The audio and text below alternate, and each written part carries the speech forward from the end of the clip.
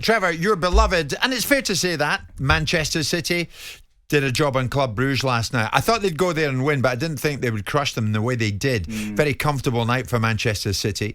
And of course, Phil Foden excelled. 19-year-old Cole Palmer became the 10th youngest Englishman to score in this competition. And what about Pep? He was discussing Palmer and some of the other youngsters post-match, and he said, you know what? Patience is the watchword here. The people in this world, we want the things immediately, quick. And everything needs his time. You cannot cook a good dish if you don't spend time in the kitchen. So take time. Take time. It's minutes when we believe it. Otherwise, second team, and it's so young. And the importance that we know, not just him, Liam Delap, Sam Edozie, Luke Mbete. We have 4, 5, 6, honestly, real good talent players in the academy. And we want it. If they continue to be humble and work, who knows? Maybe in the future can be important players for Manchester City. Well, you've got to think, in spite of their riches, this is something that will excite every City fan listening in this morning, because he's calling for patience. He's insisting 5 or 6 young prospects are now ready to make their mark.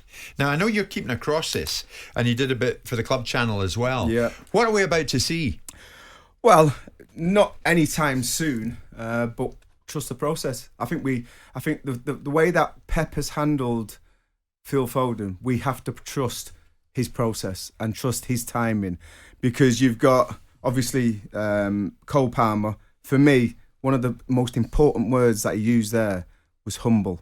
Cole Palmer came on against Burnley on Saturday, played for 5 minutes, got changed, went across the road to the academy, played for the development squad and scored a hat-trick. Now, if he's not got people, mentors at the club, coaches, saying to him, right, get your head down now, put in a performance and prove why you're over here with the first team, playing with the first team. Don't just go over there and think it's just going to happen. Now, he's gone over there, he scored a hat-trick, he's back with the first team. He's earned that. And talking about Manchester City's performance last night, seen a couple of things. I was just talking to Gabby as he came out of the studio. Yeah. He said he was speaking to his mate, Jack Grealish, and Jack posted a picture of him arriving back home at 1 o'clock in the morning. He said he looked exhausted. That is what every player that plays for Pep Guardiola has to bring to the table every game. Yeah. Now, the first half an hour, they dictated play, but they earned the right. And then the goals came. And then in the end, it's quite a comfortable evening for Manchester City. But it's the hard work and the way that they play, they press. And, I've listened to a few people talking about the performance and they said, the way they rotate in position. Yeah, that's all great. That's normal. All good teams do that. We used to do that at QPR under Jerry Francis. If the fullback goes forward and he's ahead of you and the ball gets broken down and the opposition have got the ball, you fill in for each other. Yeah. That's what Manchester City are doing really well. What I'm impressed with is how Phil Foden is playing in all the positions, but he's almost the best player in all the positions. He went to a quarterback for the first goal for Cancelo.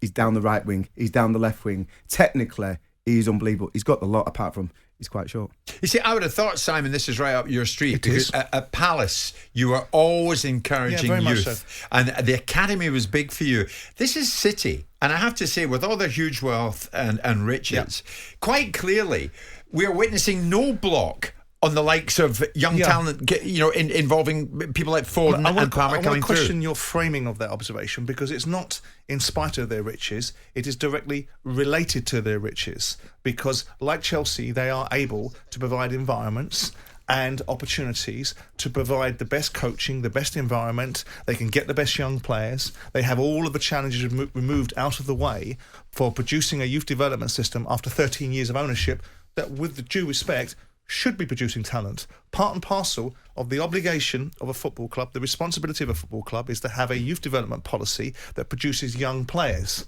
So I'm not sure why we should be sat back here saying, with the 2 richest clubs in England that are now producing young players repeatedly. No, the accusation always was that Manchester City have bought the Premier League. No, and you were one of them. But that's an accusation that exists. It doesn't mean that they shouldn't be patronising their youth development policy. They're not doesn't buying these youngsters. Well, of course they are. They're providing an environment that's better than everybody else's. Look at what Chelsea did. Chelsea got sanctioned for their behaviour in the youth development part of the world. So I'm not suggesting the Man City have done this, but what I'm saying to you is the framework of the observation was, in spite of all their riches. No, it's because of all their riches. Is it because of all their they've got riches, the Trevor? best Well, the environments. riches help, but I think when you've got a framework, a blueprint, a model which you want to try and execute, there's got to be an end product. Now, Phil Foden's the first one on that line.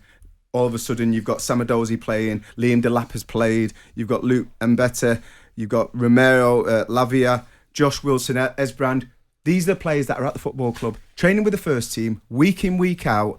So, listen, if they get a game, it's because they've earned it. Because they've shown and showcased amongst not just their peers, but the management and the coaching staff. So the pathway's got to be there. Now, we know about the EPPP. We spoke about it before. If you've got a Cat 2 club and Manchester City see a player, like they have done with Samadozi, and they say, we like him, we're taking him. There's a compensation package put in place that they pay. But also, you've got to have a realistic pathway, because these players won't come just for the facilities, but just because it's Manchester Simon, City. I want to take you up on that point, though. The huge wealth and riches didn't enable Cole Palmer to feature last night. Well, he's from Wythenshawe, of course it didn't. He's been there 10 years. It didn't enable him to play last No, night. I'm not sure what your point is. We're talking about this as if it's some badge of honour that ultimately Man City should be given enormous credit for having an effective operation that produces young players. It's no different from most clubs. Liverpool produce young players. Carson Jones has just got in their side.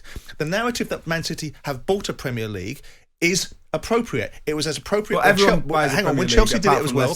It was as appropriate when Chelsea did it. It was as appropriate when Blackburn Rovers did it. Exactly. Of course, it's the byproduct of immense wealth, and part and parcel of the football operation is to produce a very effective youth team. Yeah. I'd be embarrassed if I was Manchester City if I wasn't producing young players. Yeah, but your point is Cole Palmer took to the pitch last night in Belgium because of their riches. That's what he said. No, it's because of the business model. It's because of the football model. And actually, I'm saying you're saying in spite no, of I'm not. their riches. I don't agree with you, because I think if you're producing the best academy, inevitably you're going to produce players that are going to get into the first team.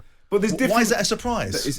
I'm just the going kid's away. Ability speaks for itself. Absolutely, and his mentality. I mean, I mentioned that on Saturday when I heard that he scored a hat-trick for the development squad. But not only that, so you've got these 5 or 6 players that are trained with the first team that Pep mentioned, and he said these lads have got a chance. They've got great quality, but you've got to be patient. There's also other lads. You've got Tommy Doyle. You've got Taylor Hardwood-Bellis, all out on loan. Jason Trafford, Bazunu, who played for Republic of Ireland, saved Ronaldo's penalty.